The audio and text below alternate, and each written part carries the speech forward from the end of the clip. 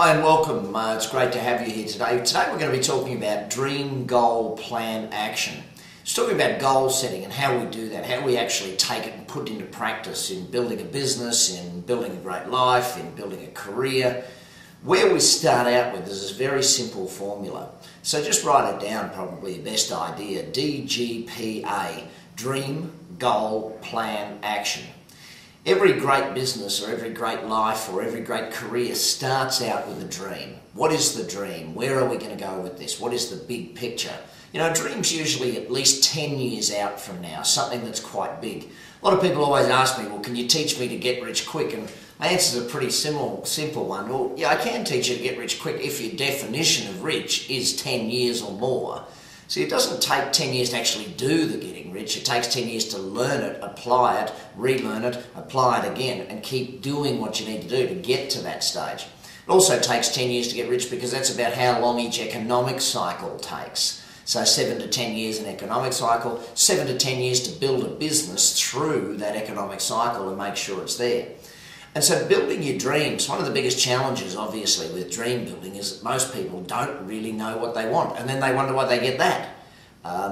The more often we can be clear on what it is we do want, the easier life becomes. It's like getting in the car and going for a drive, I guess. If you didn't know where you wanted to go, well, that's what you got. And it always seems to work that way. So how do we get a little clearer on what it is we want to have in life? I think first and foremost you've got to look to the things you enjoy. What are the things that give you joy? What are the things that you actually want to do more of? What are the things that maybe you have as a hobby? You know, those sort of things that are very important to you that you actually enjoy doing. I think the second thing is you look at maybe using the antithesis method, where you write down the things you don't want in your life and then you start looking at, well, what are the opposites of that? What are the opposite end of that spectrum? I think probably a third way to start getting your dreams a lot clearer is just by grabbing a few magazines and going through looking at some of the pictures of places you want to go, of things you want to have, experiences you want to go through.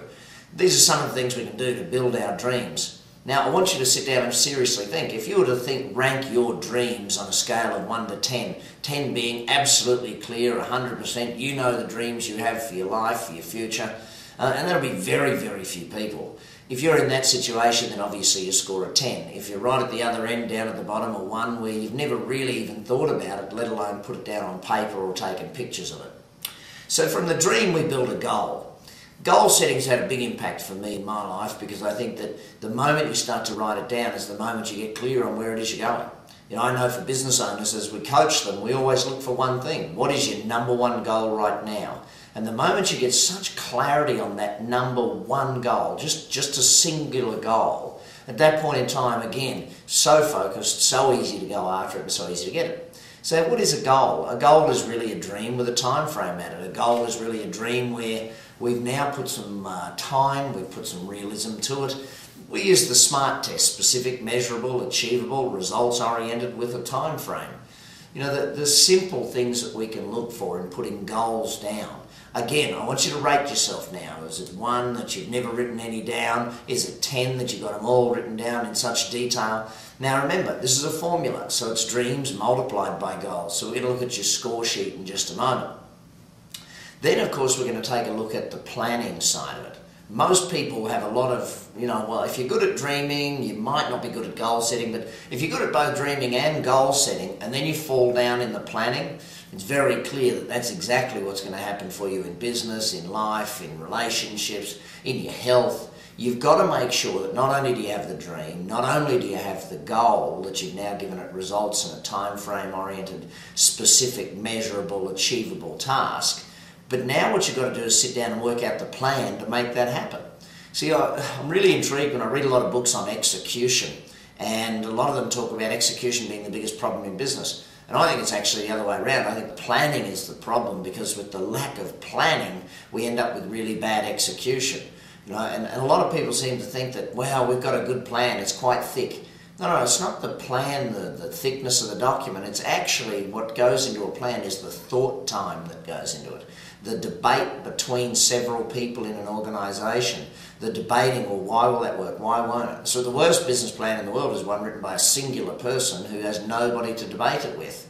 You know, if you've got a business plan and you're shopping it around to try and raise funds, it's pretty simple. The only way you'll get funds raised is if you actually take the plan and take feedback from people. See, that normally happens in the process of doing the plan.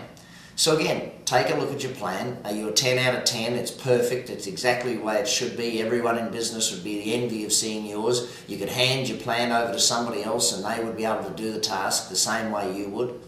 Or is it down at the one end where there's nothing written down, very little even thought about, it's just keep going every single day.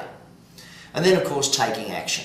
A lot of people just go out and take action without having the dream, without having the goal, without having the plan, and wonder why they don't get very far. Well, it's pretty simple. Without a dream, you don't have direction. Without a goal, you don't have a time frame to get in that direction or a distance that you need to go. And without a plan, you don't know how you're going to get there. So we need those things, and then we take action. Otherwise, you find yourself doing that silly thing of climbing the corporate ladder and then realising it's leaning against the wrong building. So time is pretty simple. I'm very glad that you're here learning with me today, and I'm very glad that you're taking action on what it is you're learning. But remember, dream first, goal second, plan third, and then taking action.